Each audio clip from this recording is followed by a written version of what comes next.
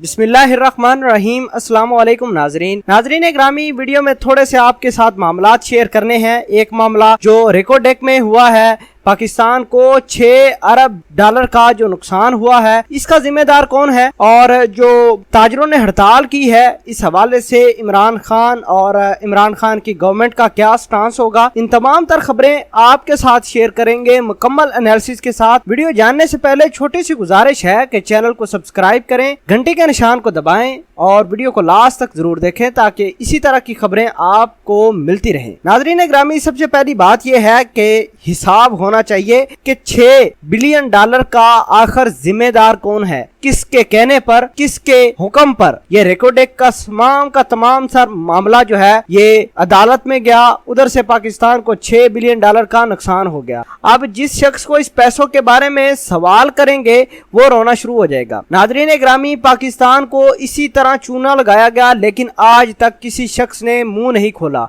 आज तक जिस शख्स को भी पकड़ते हैं वो रोना शुरू कर देता है। जिस शख्स से मनी ट्रेल मांगते हैं कि भाई तुम्हारे पास इतनी प्रॉपर्टी है, इतने पैसे हैं, ये पैसे कहां से आए, आपने प्रॉपर्टी कहां से खरीदी, जब इनको कानून के कटहरे में खड़ा किया जाता है, ये कहते हैं कि इस मुल्क में ना ही मीडिया आजाद है, ना ही सहाफत आजाद है, ना ही इन लोगों को जिन्होंने मुल्क को बनाया है वो आजाद है। इस तरह की बातें करने शुरू कर देते हैं। मुझे ये बताएं, इतनी तो पाकिस्तान ने अभी तक, इमरान खान की गवर्नमेंट ने 6 अरब डॉलर का कर्जा लिया है IMF के लिए, और ये कर्ज पाकिस्तान के लिए आगे अगर अच्छे तरीके से इन्वेस्ट हो जाता है मुल्क के ऊपर तो आगे कर्ज लेने की जरूरत नहीं। लेकिन इनके एक फैसले ने पूरे पाकिस्तान को डबो कर रख दिया। अब मुझे ये बताएं, 6 अरब डॉलर जो हमने IMF से कर्जा लिया है, क्या वो इस जुर्माने में जाएगा या फिर पाकिस्तान की फलाह बहबूद पर लगेगा? अगर पाकिस्तान के ऊपर IMF वाला जो पैसा है वो लगेगा तो ये रेकोडेक वाला जो जुर्माना पाकिस्तान को हुआ है, इसके पैसे कौन भरेगा? आखिर ये पैसे देने ही देने हैं। हमने अपील दायर करनी है कुछ दिनों में, और उसका फैसला भी 1.5 साल में आ जाएगा, कोई ज्यादा बड़ी बात नहीं। और इंटरनेशनल एक्सपर्ट ये कहते हैं कि पाकिस्तान को दोबारा ये जुर्माना होगा, और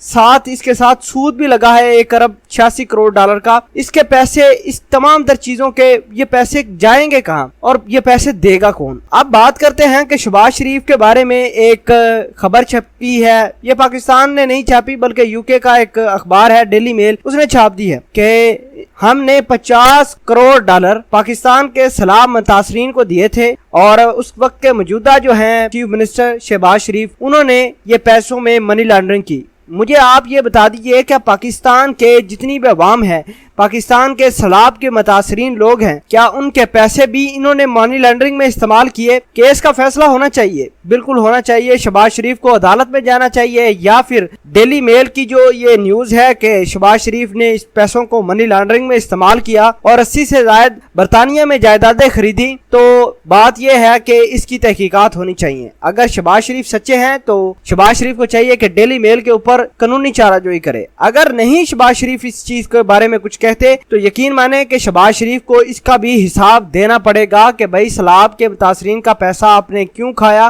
कहां से आया, कहां गया।